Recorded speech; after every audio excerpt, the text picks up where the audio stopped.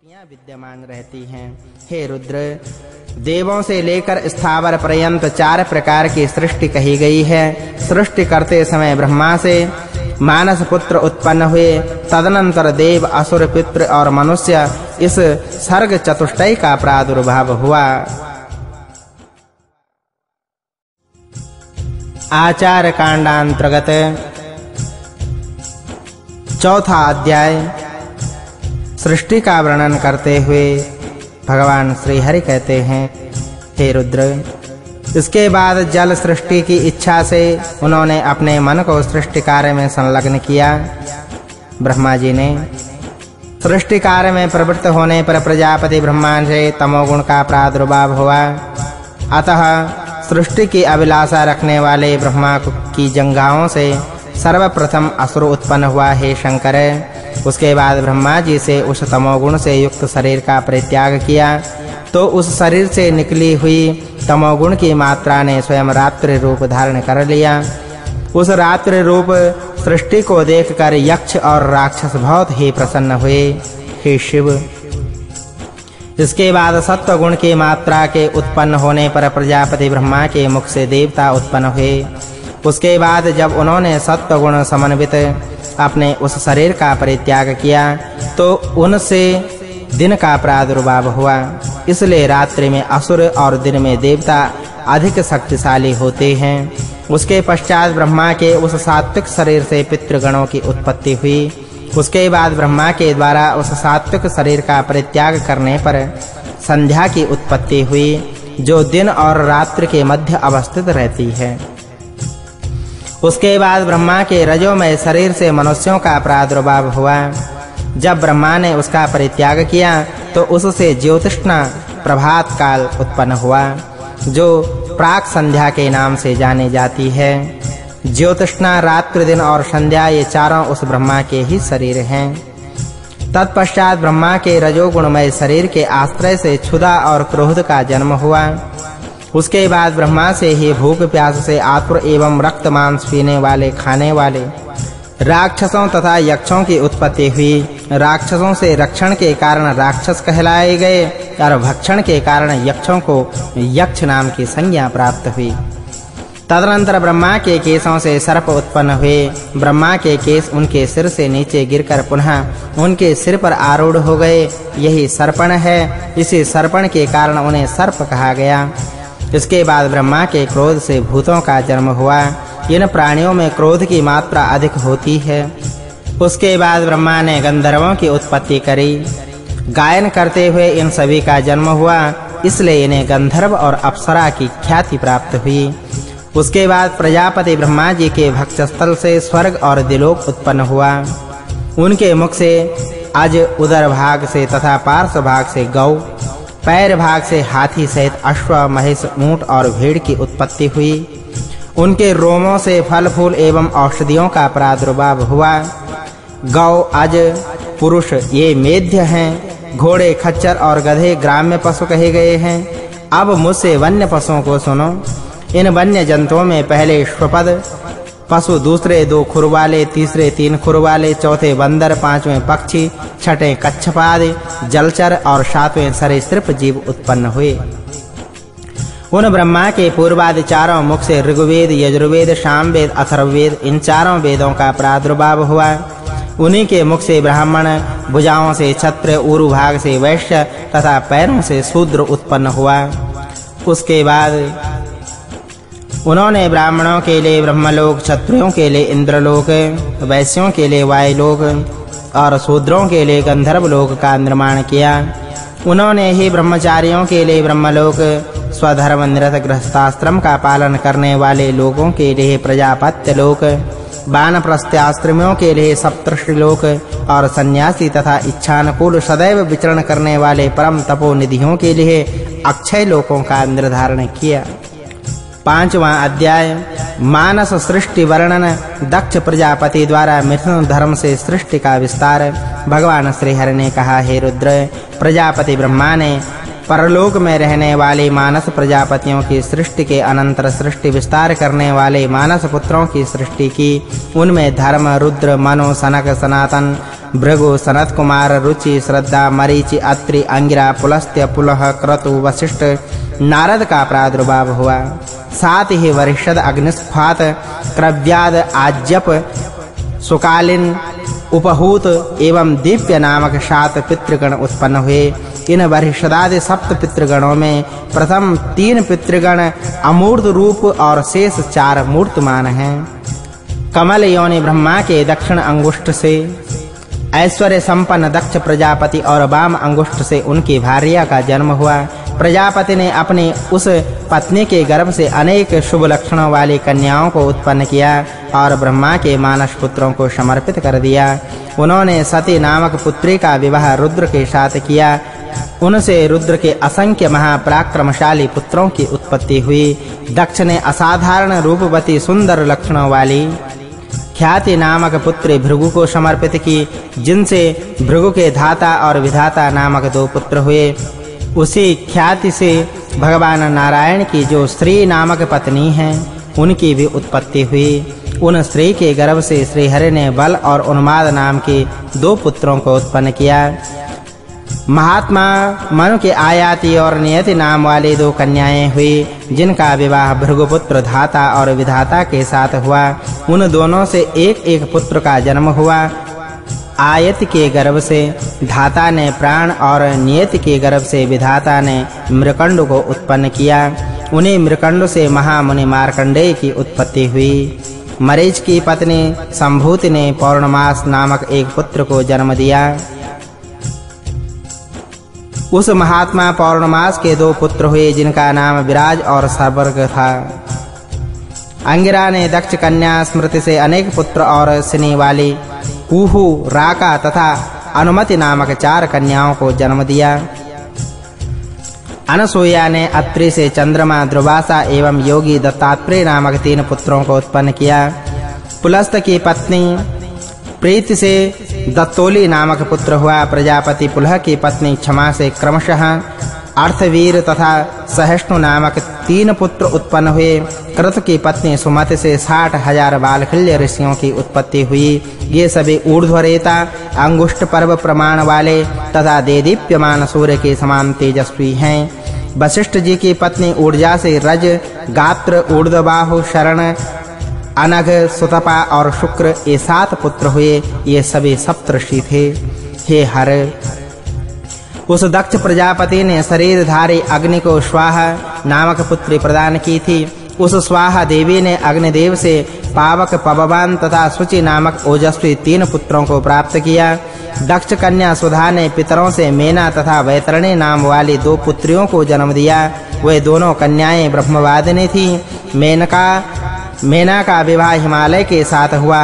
हिमवान ने मेना से मैनाक नामक पुत्र को उत्पन्न किया तथा गौरी नाम से प्रसिद्ध पुत्री को जन्म दिया, जो पूर्व जन्म में सती थी। हे शिव, तदनंतर भगवान ब्रह्मा ने अपने ही समान गुण वाले स्वयंभुव मनु को जन्म दिया और उन्हें प्रजापति के प्रजापालन के कार्य में नियुक्त किया। उन्हीं ब्रह्मा से देवी शतरूपा का आविर्भाव हुआ। सर्व वैभव संपन्न महाराज स्वयंभुव मनु ने तपस्या के प्रभाव से परम शुद्ध तपस्वी उन शतरूपा नामक कन्या को पत्नी के रूप में ग्रहण किया, जिससे प्रियव्रत और उत्तानपाद नामक 2 पुत्र तथा प्रसूति, आकुति और देवहूति नाम की 3 पुत्रियों का जन्म हुआ। उनमें से मनु ने आकुति नामक कन्या का विवाह प्रजापति रुचि के साथ किया। प्रसूति तथा देवहूति क्रमशः दक्ष एवं करदम मनु को प्रदान की गई। रुचि से यज्ञ और दक्षिणा का जन्म हुआ। यज्ञ से दक्षिणा के 12 पुत्र हुए, जो महाबलशाली याम के नाम से प्रसिद्ध हुए। दक्ष प्रजापति ने 24 श्रेष्ठ कन्याओं की उत्पत्ति करी। उन कन्याओं में श्रद्धा, लक्ष्मी, धृति, तुष्टि, पुष्टि, मेधा, क्रिया, वृद्धि, लज्जा, वपु, शांति, रिद्धि और कीर्ति नाम की जो 13 कन्याएं थी, उनको पत्नी के रूप में दक्षिणा के पुत्र धर्म ने स्वीकार किया। इसके बाद शेष जो ख्याति, सती, संभूति, स्मृति, प्रीति, क्षमा, सन्नति, अनसूया, ऊर्जा, स्वाहा और स्वधा नाम की 11 कन्याएं थी, उनका विवाह क्रमशः मुनिश्रेष्ठ भृगु, महादेव, मरीचि, अंगिरा, पुलस्त्य, पुलह, क्रतु, अत्रि, वशिष्ठ, अग्नि और पितृगणों के साथ हुआ। श्रद्धा ने काम, लक्ष्मी ने दर्प, धृति ने नियम, तुष्टि ने संतोष तथा पुष्टि ने लोभ को उत्पन्न किया। मेधा से श्रुत का तथा क्रिया से दंड, लय और विनय नामक 3 पुत्रों का जन्म हुआ। बुद्धि ने बोध को, लज्जा ने विनय को, वपु ने व्यवसाय एवं शांत ने क्षेम को उत्पन्न किया। श्रद्धा से सुख और कीर्ति से यश उत्पन्न हुए। ये सभी धर्म के पुत्र हैं। धर्म के पुत्र काम की पत्नी का नाम रति है। उनके पुत्र को हर्ष कहा गया है। दक्ष प्रजापति ने किसी समय अश्वमेध यज्ञ का अनुष्ठान किया। उस यज्ञ में रुद्र और सती के अतिरिक्त निमंत्रित दक्ष के सभी जामाद अपनी पत्नियों के साथ उपस्थित हुए। ऐसा देखकर बिना बुलाए ही सती भी उस यज्ञ में जा पहुंची, किंतु वहां अपने पिता दक्ष के द्वारा किए गए तिरस्कारपूर्ण व्यवहार को देखकर उनसे न रहा गया और उन्होंने वहीं पर अपने प्राणों का परित्याग कर दिया। वे ही सती पुनः हिमालय से मेना के गर्भ में उत्पन्न हुई और गौरी के नाम से प्रसिद्ध होकर भगवान देवादिदेव शंभु की पत्नी बनी। उसके बाद उनसे गणेश और कार्तिकेय हुए। सती के देह त्याग से अत्यंत क्रोध महातेजस्वी भृंगीश्वर पिनाकपाणि भगवान शंकर ने यज्ञ का विध्वंस करके उस दक्ष को यह शाप दिया कि तुम ध्रुव के वंश में मनुष्य होकर के जन्म ग्रहण करोगे। 6वां अध्याय ध्रुव वंश तथा प्रजापति की 60 कन्याओं की संततियों का वर्णन। भगवान श्री हरि ने कहा कि उत्तानपाद की सुरुचि नामक पत्नी उत्तम और सुनुति नाम वाली भार्या से ध्रुव नामक पुत्र उत्पन्न हुआ। उनमें से ध्रुव ने देवर्षि नारद की कृपा से उपदेश को प्राप्त करके देवादिदेव भगवान जनार्दन की आराधना करी और श्रेष्ठ स्थान को प्राप्त किया। ध्रुव के महाबलशाली एवं महापराक्रमी सुलुष्ट नामक पुत्र हुआ। उनसे प्राचीन बर्हि नामक पुत्र की उत्पत्ति हुई। उससे उदारधि नामक पुत्र ने जन्म लिया। उसके दिवंजय नामक पुत्र हुआ। उसका रिपु पुत्र हुआ। रिपु से चाक्षुष नामक पुत्र ने जन्म लिया। उसी से चाक्षुष मनु की ख्याति प्राप्त हुई थी। उस चाक्षुष मनु ने रुरु उत्पन्न किया। तदनंतर उसके भी ऐश्वर्य संपन्न अंग नाम वाला एक पुत्र हुआ। उस पुत्र से वेण ने जन्म लिया, जो बड़ा ही पापी और नास्तिक था एवं धर्मच्युत था। मुनियों के द्वारा दिए गए शाप से वह नष्ट हो गया था। उसके बाद पुत्र प्राप्ति के लिए तपस्वियों ने उसके उरु भाग का मंथन किया, जिससे एक पुत्र हुआ, जो अत्यंत छोटा एवं कृष्ण वर्ण अर्थात तुम बैठो इसी शब्द के कथन से उसको निषाद नाम की प्रसिद्धि प्राप्त हुई और वह विंध्याचल में निवास करने के लिए चला गया। तदनंतर उन मुनियों ने पुनः उन वेन के दाहिने हाथ का मंथन किया। उस मंथन कार्य से वेन को विष्णु का मानस रूप धारण करने वाला पृथु नाम का पुत्र प्राप्त हुआ। राजा पृथु ने प्रजा की जीवन रक्षा के लिए पृथ्वी का दोहन किया। उस पृथुराज का अंतर्धान नामक एक पुत्र था।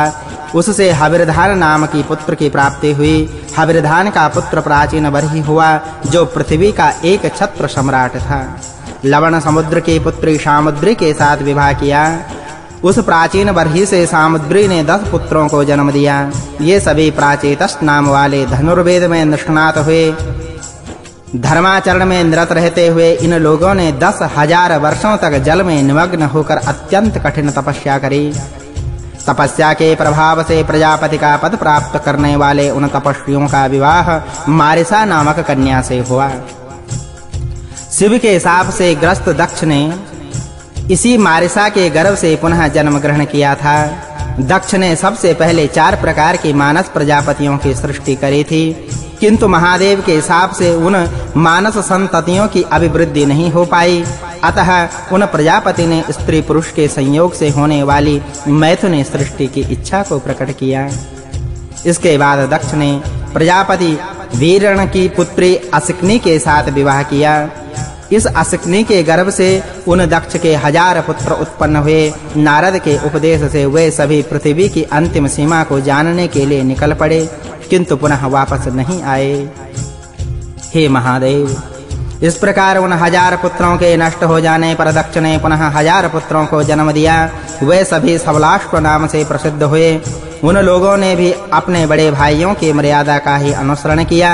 पुत्रों के ऐसे विनाश को देखकर दक्ष को बड़ा क्रोध आया और नारद को शाप दे दिया कि तुम्हें भी पृथ्वी पर जन्म लेना होगा।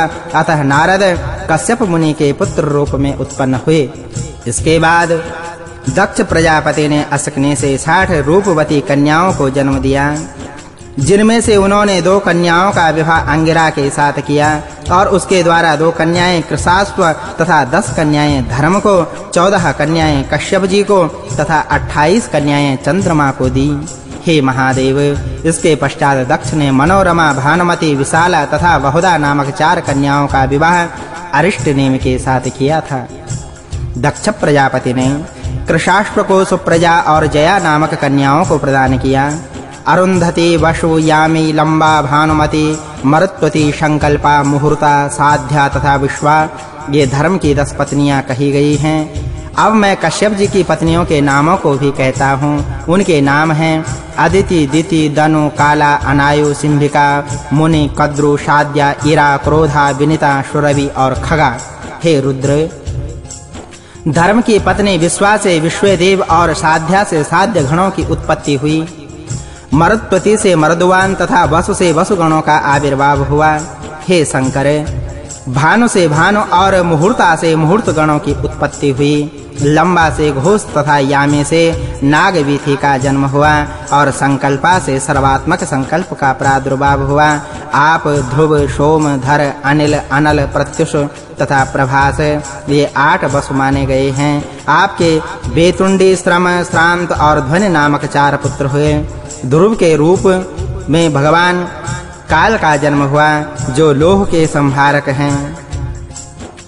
सोम से पुत्र रूप में भगवान वर्चा हुए, जिनकी कृपा से ही मनुष्य वर्चस्वी होता है। मनोहार से घर के द्रुहण, हुत, हव्यवह, शिशिर, प्राण और रमण नाम वाले पुत्र उत्पन्न हुए। अनिल की पत्नी का नाम शिवा है। अनिल और शिवा से पुलोमज तथा अविज्ञात गति नाम के 2 पुत्र उत्पन्न हुए। अनल के पुत्र कुमार हैं, जिनकी उत्पत्ति सरकानर पर हुई थी। कृतिकाओं के पालित पुत्र होने से उन्हें कार्तिकेय भी कहा जाता है। इसके शाखा, विशाखा और नैगमेय नामक 3 अन्य छोटे भाई भी हैं। महर्षि देवल को प्रत्युष नामक वसु का पुत्र माना गया है। प्रभास वसु से विख्यात देवशिल्पी विश्वकर्मा जी का जन्म हुआ। विश्वकर्मा के महाबलवान अजैकपाद, अहिर्बुदनीय, त्वष्टा तथा महापराक्रमी रुद्र ये 4 पुत्र हुए। त्वष्टा के विश्वरूप नामक एक महातपस्वी पुत्र हुआ। हर बहुरूप, त्र्यंबक, अपराजित, वृषाकपि, शंभु, कदर्पि, रैवत, मृगव्याध, सर्व और कपाली ये 11 रुद्र कहे गए हैं। ये तीनों लोकों के स्वामी हैं। कश्यप जी की पत्नी अदिति से 12 सूर्यों की उत्पत्ति हुई। उन्हें विष्णु, शक्र, अर्यमा, धाता, त्वष्टा, पोखा, विवस्वान, सविता, मित्र, वरुण, अंशुमान तथा भग कहा गया है। ये ही 12 आदित्य कहे जाते हैं। रोहिणी आदि जो प्रसिद्ध 27 नक्षत्र हैं, वे सब सोम की पत्नियां कही गई हैं। दिति के गर्भ से हिरण्यकश्यप और हिरण्याक्ष नामक 2 पुत्र उत्पन्न हुए तथा सिंभिका नाम की एक कन्या भी हुई, जिसका विवाह विप्रचित्ति के साथ हुआ। हिरण्यकश्यप के महापराक्रमशाली 4 पुत्र हुए, जिनका नाम अनुह्लाद, प्रह्लाद, प्रह्लाद तथा संह्लाद है। इनमें प्रह्लाद विष्णु भक्त के रूप में प्रसिद्ध हुए। संह्लाद के आयुष्मान, शिवी और वास्कल नामक 3 पुत्र हुए। प्रह्लाद के पुत्र विरोचन हुए। विरोचन से बलि की उत्पत्ति हुई। हे वृषभध्वज, बलि के 100 पुत्र हुए, जिनमें बाण नाम का सबसे बड़ा पुत्र था। हिरण्याक्ष के सभी पुत्र महाबलवान थे। उनके नाम उत्कुर, शकुनि, भूत संतापन, महानाभ, महाबाहु तथा कालनाभ है। धन की दुर्विधा अथवा दुर्मूर्धा, शंकर, अधोमुख, शंकुशिरा, कपिल, संबर, एक चक्र, महाबाहु, तारक, महाबल, स्वरभानु, वृषप्रभा, पुलोमा, महासुर और महापराक्रमी विप्रचित्ति नामक पुत्र विख्यात हुए। स्वरभानु की कन्या सुप्रभा तथा वृषप्रभा की पुत्री शर्मिष्ठा थी। उनके अतिरिक्त उसे उपदानवी भी हयगिरा नामक 2 अन्य श्रेष्ठ कन्याएं हुई। वैश्वानर की 2 पुत्रियां थीं। उनका नाम पुलोमा तथा कालका था। उन दोनों परम सौभाग्यशालिनी कन्याओं का विवाह मरीच के पुत्र कश्यप जी के साथ हुआ था। उन दोनों से 60,000 श्रेष्ठ दानव उत्पन्न हुए। कश्यप के इन पुत्रों को पौलोम और कालकंज कहा गया है। विप्रचित्ति के पुत्रों का नाम सिंबिका से हुआ। उनके नाम व्यंश, सल्क्य, बलवान, नव, महाबल, वातापी, नमुचि, इल्वल, शस्त्रमान, अंजक, नरक तथा कालनाभ है। प्रहलाद जी के कुल में निवात कवच नामक दैत्यों की उत्पत्ति हुई। ताम्रा से सत्वगुण संपन्न 6 कन्याओं का जन्म हुआ। उनके नाम शुकी, सेनी, भासी, सुग्रीवी, सुचि और गृद्रिका है। सुकी के सुक, उलूक एवं उलूक पक्षी प्रति काकादि उत्पन्न हुए। शेनी के सेन, वाजी से भाष, गृद्रिका से गृद्र, सुचि से जलचर पक्षीगण तथा सुग्रीवी से अश्व, उष्ट्र और खर आदि का जन्म हुआ। इसको ताम्र वंश कहा जाता है। विनिता के गर्भ से गरुड़ और अरुण नामक 2 विख्यात पुत्र हुए। सुरसा के गर्भ से अपरिमित तेज संपन्न सहस्त्रों सर्पों की उत्पत्ति हुई। कद्रु से भी अत्यधिक तेजस्वी सहस्त्रों सर्पों की उत्पत्ति हुई। इन सभी सर्पों में प्रधान सर्प शेष, वासुकी, तक्षक, शंख, श्वेत, महापद्म, कम्बल, अश्वतर, एलापत्र, नाग, करकोटक और धनंजय है। इन सर्प समूह को क्रोध से परिपूर्ण जाने। इन सभी के बड़े-बड़े दांत हैं। क्रोधा ने महाबली पिशाचों को उत्पन्न किया। सुरभि से गायों और भैंसों की जन्म उत्पत्ति है। इरा से समस्त वृक्ष, लता, वल्लरी और तृणों की उत्पत्ति हुई। खगा से यक्ष, राक्षस, मुनि से अप्सराएं तथा अरिष्टा से परम सत्व संपन्न गंधर्व उत्पन्न हुए। दिति से मरुदवान नामक 49 देवों का जन्म हुआ।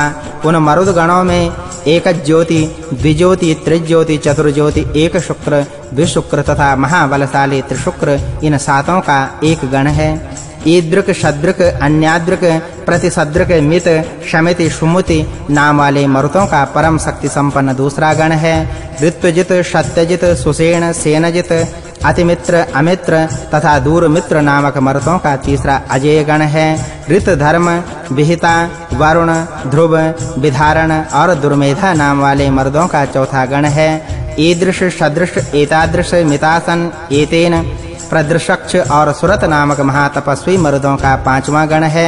हेतुमान, प्रशव, सुरभ, नादिरुग्र, ध्वनिर्भास, विक्षिप तथा शह नाम वाला मर्दों का 6ठा गण है। द्युति, वसु, अनाधृष्य, लाभ, काम, जयी, विराट तथा उद्वेषण नामक 7वां वायुगण कहा गया है। ये सभी 49 मरुदगण भगवान विष्णु के ही स्वरूप हैं। राजा, दानव, देव, सूर्य, ग्रह तथा मनो आदि इन्हीं की उपासना पूजा करते हैं। 7वां अध्याय देव पूजा विधान। विष्णु पूजोपयोगी वज्रनाभ मंडल, विष्णु दीक्षा तथा लक्ष्मी जी का पूजा। भगवान श्री हरि ने कहा, हे रुद्र, धर्म, अर्थ, काम, मोक्ष प्रदान करने वाले सूर्यादि देवों की पूजा का मैं वर्णन कर रहा हूँ। हे वृषभध्वज, ग्रह देवताओं के आसन की पूजा कर निम्न मंत्रों का उच्चारण करना चाहिए कि ओम नमः सूर्यमूर्तये, ओम ह्रां ह्रीं सः सूर्याय नमः, ओम सोमाय नमः, ओम मंगलाय नमः, ओम बुधाय नमः, ओम बृहस्पतये नमः, ओम शुक्राय नमः, ओम शनैश्चराय नमः, ओम राहवे नमः, ओम केतवे नमः, ओम तेजश्चंडाय नमः। इन मंत्रों से आसन, आवाहन, पाद्य, अर्घ्य, आचमन, स्नान, वस्त्र, यज्ञोपवीत, गंध, पुष्प, धूप, दीप, नमस्कार, प्रदक्षिणा और विसर्जन आदि उपचारों को प्रदान करके सूर्यादि ग्रहों की पूजा करनी चाहिए। ओम ह्रां शिवाय नमः, इस मंत्र से आसन की पूजा करें।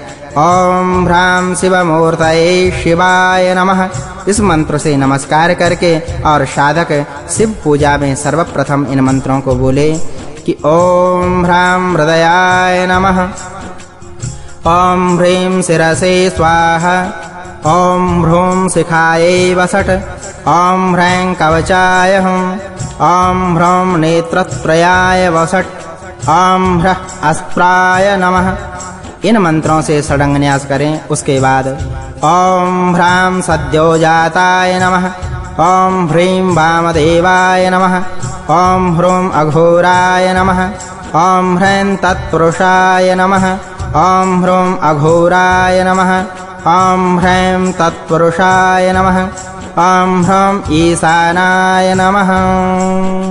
इन मंत्रों से शिव के पांचों मुखों को नमस्कार करना चाहिए। इसी प्रकार विष्णु पूजा का क्रम है कि ॐ वासुदेवासनाय नमः। इस मंत्र से भगवान विष्णु के आसन की पूजा करें। उसके बाद ॐ वासुदेव मूर्तये नमः ॐ नमो भगवते वासुदेवाय नमः ॐ नमो भगवते शंकर्षणाय नमः ॐ नमो भगवते प्रद्युम्नाय नमः ॐ नमो भगवते अनिरुद्धाय नमः। इन मंत्रों के द्वारा साधक हरि के चक्रव्यूह को नमन करे अथवा भगवान के जो चतुर्व्यूह है उसका पूजन करें। उसके बाद भगवान के नामोच्चारण करते हुए कि ॐ नारायणाय नमः ॐ तत्सद् ब्रह्मणे नमः ॐ ह्रूं विष्णवे नमः ॐ श्रौं नमो भगवते नरसिंहाय नमः ॐ भूः ॐ नमो भगवते वराहाय नमः ॐ कं टं पं सं वैनतेयाय नमः ॐ जं खं रं सुदर्शनाय नमः ॐ खं ठं फं सं गदायै नमः ॐ बं लं मं छं पाञ्चजन्याय नमः ॐ घं डं बं हं श्रियै नमः ॐ गं डं बं सं पुष्ट्यै नमः ॐ धं सं बं शं वनमालायै नमः ॐ सं दं लं श्रीवत्साय नमः ॐ ठं चं भं यं कौस्तुभाय नमः ॐ गुरुभ्यो नमः ॐ इंद्रादिभ्यो नमः ॐ विश्वक्सेनाय नमः। इन मंत्रों से भगवान श्री हरि के अवतारों आयुधों एवं वाहन आदि को नमस्कार करते हुए उन्हें आसनादि उपचार प्रदान करने चाहिए। हे वृषभध्वज, भगवान विष्णु की शक्ति देवी सरस्वती की मंगलकारिणी पूजा में ॐ ह्रीं सरस्वत्यै नमः इस मंत्र से देवी सरस्वती को नमस्कार कर निम्न मंत्रों से षडंग न्यास करना चाहिए कि ॐ हृदयाय नमः ॐ ह्रीं शिरसे नमः ॐ ह्रूं शिखायै नमः ॐ ह्रैं कवचाय नमः ॐ ह्रौं नेत्रत्रयाय नमः ॐ ह्रः अस्प्राय नमः। इसी प्रकार श्रद्धा, रिद्धि, कला, मेधा, तुष्टि, पुष्टि, प्रभा तथा मति ये जो सरस्वती देवी की 8 शक्तियां हैं इनका पूजन निम्न मंत्रों से करें कि ॐ ह्रीं श्रद्धायै नमः ॐ ह्रीं रिद्ध्यै नमः ॐ ह्रीं कलायै नमः ॐ ह्रीं मेधायै नमः ॐ ह्रीं तुष्ट्यै नमः ॐ ह्रीं पुष्ट्यै नमः ॐ ह्रीं प्रभायै नमः ॐ ह्रीं मत्यै नमः। इन शक्तियों की पूजा करने के पश्चात क्षेत्रपाल गुरु और परम गुरु का पूजन करें कि ॐ क्षेत्रपालाय नमः ॐ गुरुभ्यो नमः ॐ परम गुरुभ्यो नमः। इन मंत्रों से नमस्कार करना चाहिए। तदनंतर कमलवासने सरस्वती देवी को आसनादि उपचार प्रदान करने चाहिए। पूजा के अनंतर सूर्यादि देवताओं के लिए प्रत्युत होने वाले मंत्रों से उनका पवित्रारोपण करना चाहिए। भगवान श्री हरि ने कहा कि हे शांब शिव, भगवान विष्णु की विशेष पूजा के लिए 5 प्रकार के रंगों से बने हुए चूर्ण के द्वारा वज्रनाभ मंडल का निर्माण करना चाहिए जो 16 समान कोष्ठों से संयुक्त हो। वज्रनाभ मंडल बनाकर सबसे पहले न्यास करें और उसके बाद भगवान श्री हरि की पूजा करें। हृदय के मध्य में भगवान विष्णु की, कंठ में भगवान संकर्षण की, सिर पर प्रद्युम्न जी की, शिखा भाग में अनिरुद्ध, संपूर्ण शरीर में ब्रह्मा तथा दोनों हाथों में श्रीधर का न्यास करें। तत्पश्चात अहम विष्णु हूँ, मैं ही विष्णु हूँ ऐसा ध्यान करते हुए पद्म के कर्णिका भाग में भगवान श्री हरि की स्थापना करें। इसी प्रकार मंडल के पूर्व में संकर्षण, दक्षिण में प्रद्युम्न, पश्चिम में अनिरुद्ध और उत्तर में ब्रह्म की स्थापना करें। तदनंतर ईशान कोण में भगवान श्रीधर तथा पूर्वादि दिशाओं में इंद्रादि देवों की स्थापना करनी चाहिए।